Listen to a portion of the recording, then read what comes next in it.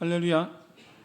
여러분, 새벽줄 기도의 이 마지막 시간까지 이렇게 쉼없이 달려오신 우리 모든 성도 여러분들에게 끝내 다 이루신 하나님의 역사가 함께 하시기를 주의 이름으로 축원드립니다. 제가 이렇게 뵈니까 제가 10년 됐거든요. 교회를 충정교회에서 사역을 마무리하고 떠난 지가 10년이 됐는데 이렇게 보니까 박 권사님, 조 권사님, 김 집사님, 이 집사님, 지가 아마 속으로 내 얘기하겠지라고 하시는 분들 네, 정말 너무나 반갑고, 그리고 비록 이렇게 10년 만에 나타났지만 여러분은 축복합니다. 저는 사실 오늘 감사 인사를 전하려고 이 자리에 선 그 마음이 더 큽니다. 아시다시피 5년 전에 제가 하나밖에 없는 아들이 소아암이죠. 버킷 림프종이라는 그 병으로 항암을 했을 때 말기였어요. 그래서 사느냐 죽느냐 기로에 있었는데, 그때 어찌 아시고 우리 옥 목사님 갑자기 전화를 주셔서 왜 얘기를 안 했냐고. 제가 이 시간에 목사님 특유의 말투를 따라하려고 했다가 안 되겠다, 그냥 평범하게 전하는데 왜 전화 안 했냐고 그러시면서 말없이 끊으셨는데, 아니나 다를까 또 이렇게 막막했던 치료비에 또 이렇게 또 보내주시고, 전해 들었습니다. 어떤 분한테 전해 들었는데, 목사님 금요성취회 때 말씀 들었습니다. 목사님께 담임 목사님 말씀해 주셔서 우리 모든 성도들이 도윤입니다 위해서 기도하고 있습니다. 덕분에 지금 뛰어다니는 아이가 되었습니다. 할렐루야. 감사를 드립니다. 그리고 저희 아들은 우리 금요 성취회가 낳은 아들이에요. 제가 우리 교회 올 때 애가 없이 왔고 4년 만에 낳았는데, 아내가 금요 성취회 와서 많이 기도했거든요. 울면서 기도하고. 지금도 그런지 모르겠습니다만 그때 나와서, 성도들 나와서 목사님 안수받고 그랬거든요. 그때 와서 안수받기도 하고 그래 낳은 아들이 저희 아들인데, 금요 성취회를 통해서 생명을 얻은 저희 아들이 다시 그 생명을 잃어갈 때쯤 금요 성취회를 통해서 다시 그 생명을 일으켜 세워주신 은혜, 여러분 다시 한번 진심으로 감사를 드립니다. 이쯤 되면 나와서 인사해야 될 것 같은데.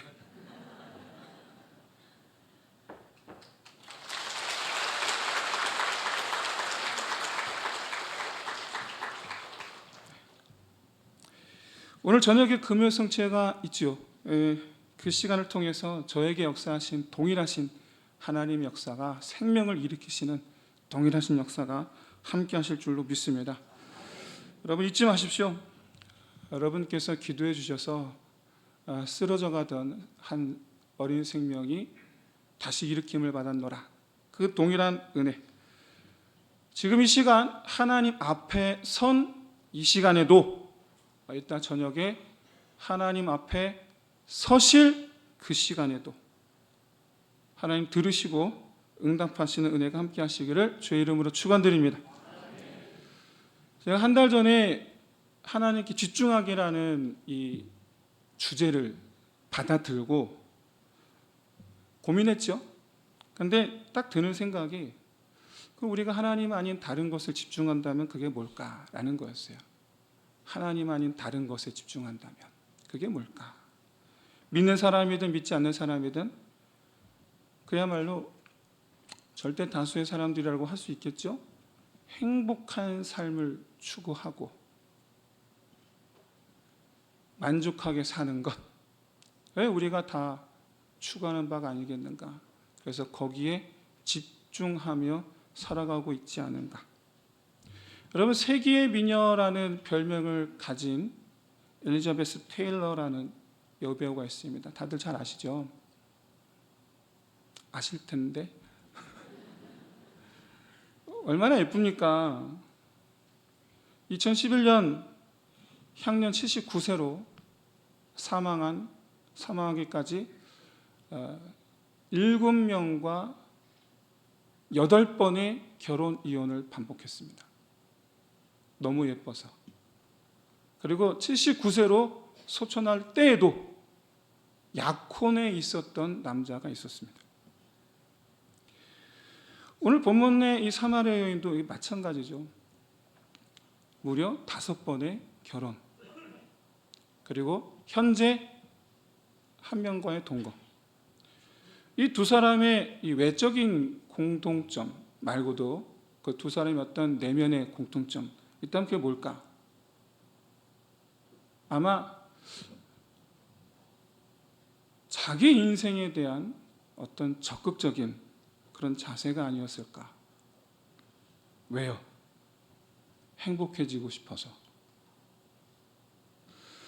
그런데 한 가지 궁금한 것은 예수님께서 왜 이런 사마리아 여인을 찾아오셨느냐라는 점이에요. 왜? 이유가 뭘까? 그 이유를 이 시간 살펴보면서 오늘 이 설교 제목의 은혜, 그러니까 행복하게 하신 내가 함께 하시기를 주의 이름으로 축원드립니다.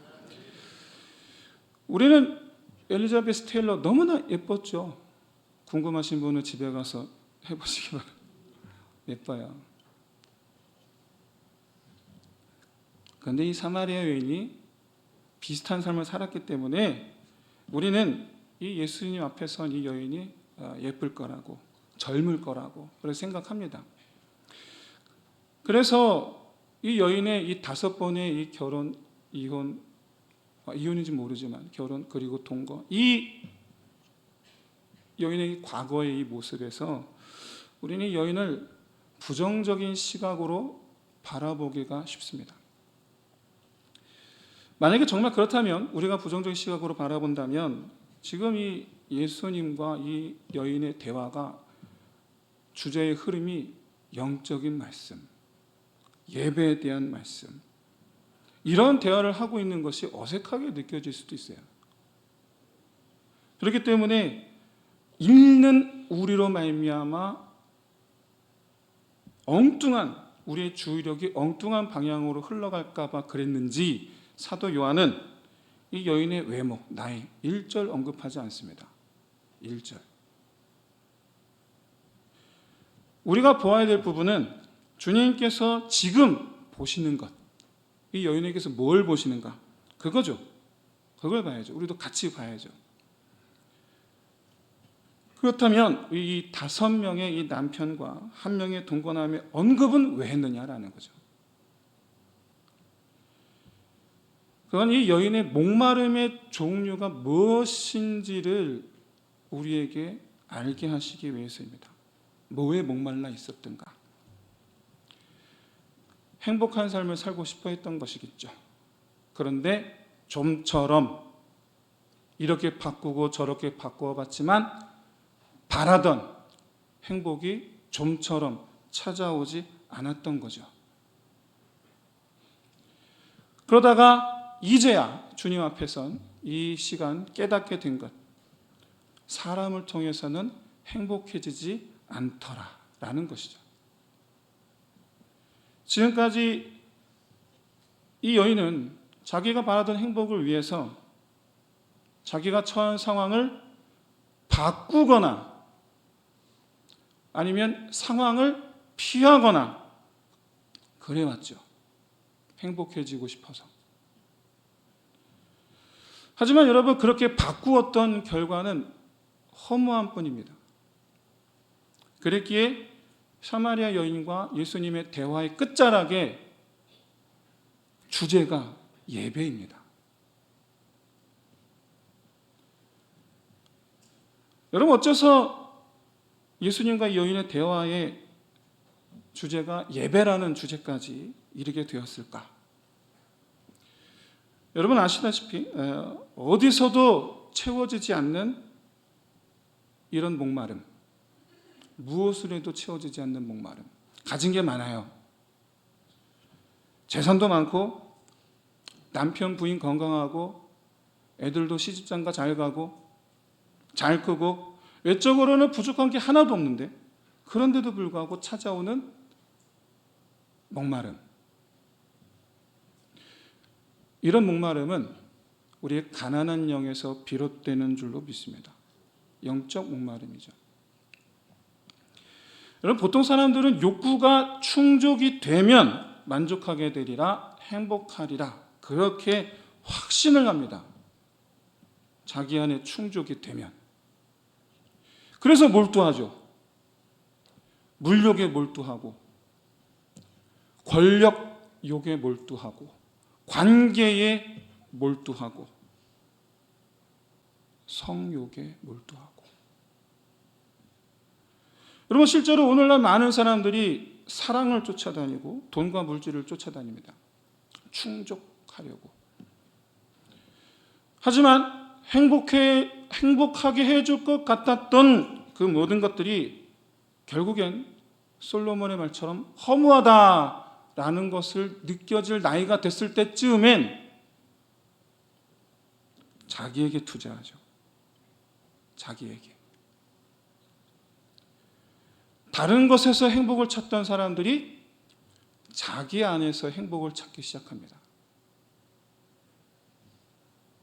그럼에도 불구하고 채워지지 않죠. 잠시 누릴 수는 있습니다. 잠시.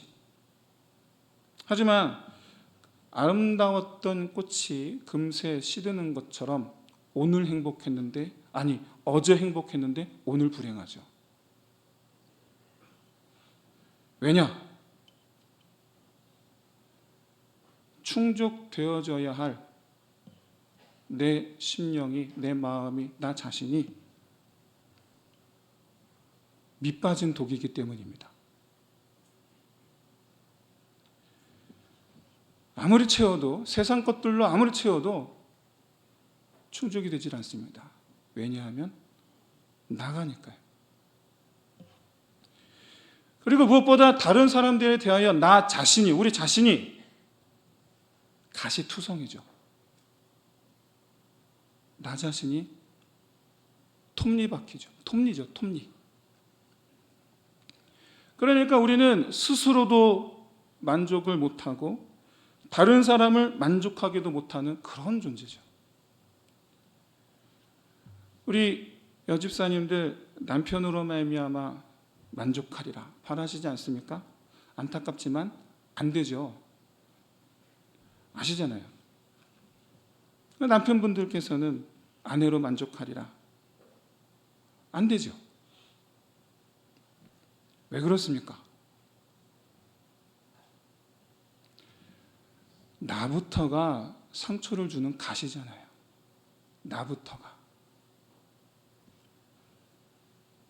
나부터가 이미 내 안에 구멍이 뚫려 있고, 나부터가 이미 내 아내를, 내 남편을 찌르고 긁고 하는데 거기에 무슨 만족, 행복이 있겠습니까? 안 됩니다. 여러분, 세상 누가 와도 안 돼요. 우리가 진정 만족함을 얻고 충만함을 얻으려면 나부터 변화되어야 될 줄로 믿습니다. 온전한 모습으로 새 것이 되어야 될 줄로 믿습니다. 밑빠진 독이 아니고 조금만 채워도 금세 가득 채워지고 넘치는, 그런데 그 외양은 아름다운 도자기 같은 예수 얼굴 비추는, 이런 우리의 변화는 오직 하나님만이 하실 수 있는 줄로 믿습니다. 우리가 이 시간 나와 기도하는 이유예요. 주옵소서가 아니고 나를 변화시켜 주옵소서. 그래서 주님은 이 여인에게 자기를 마셔야 한다, 주님을 본인 마셔야 한다고 말씀하시죠. 온전케 하시려고. 그래서 이 여인이 그토록 찾았던 샘솟듯 하는 기쁨을 맛보게 하려고 나아가 그 기쁨이 넘쳐 흘러서 다른 사람들에게 나눠줄 수 있는 사람 되게 하시려고, 행복한 사람이 되게 하시려고 자기를 마시라고 말씀하시는 거죠. 그럼 예수 그리스도 십자가 보혈 피를 마셔야 우리 죄가 씻음 받고 우리 심령이 온전하여 지고 하나님께서 부어주시는 성령이 차고도 넘치게 될 줄로 믿습니다. 이것이 여러분, 심령이 가난한 사람들, 영적으로 목마른 사람들이 예수님을 만나야 되는 이유예요. 행복해지고 싶은 사람,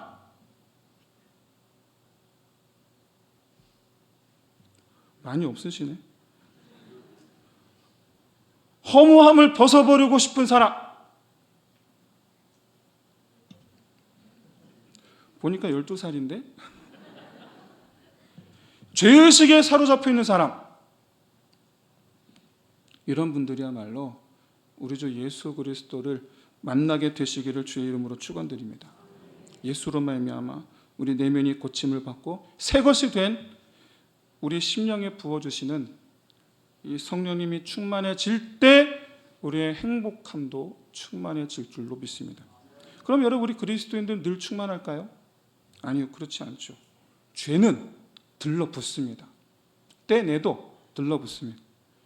그래서 우리는 평소에 민감해져 있어야 됩니다. 집중. 주의력을 잃어버리면 안 돼요. 여러분, 한번 다음의 내용을 한번 들어보시고 한번 생각해 보시기 바랍니다. 자기 안에 구멍을 내려는 이 죄, 들러붙는 이 죄를 깨닫지 못하고 본인도 인정을 하지 않는 사람과, 내가 그렇단 말이야?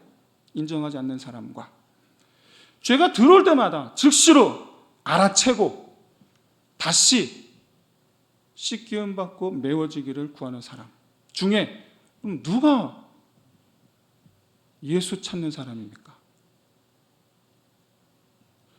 여러분, 자기 죄로 자기 심령이 가난해져 있음을 깨닫고 이대로는 안 됩니다. 날 새롭게 하여 주옵소서. 그렇게 주님 십자가 은혜를 구하는 사람, 이대로가 좋사오니가 아니고 변화되고 싶고 좀 더 나아가고 싶은 사람, 그런 사람이 새롭게 하심을 얻게 될 줄로 믿습니다. 사마리아 여인이 그랬죠. 너에게 남편 5이 있고 지금 있는 자도 내 남편이 아니니 내 말이 참되도다. 이 여인의 과거를 들추셨을 때 이 여인은 아니라고, 무슨 말 하는 거냐고 부정한다거나 어디 딴 데 가서 그런 말 하지 말라고 입막음을 한다거나 그러지 않았죠. 오히려 내가 보니 선지자니이다. 이 말은 예수님이 지적이 맞다는 거죠. 그리고 이 대답 속에는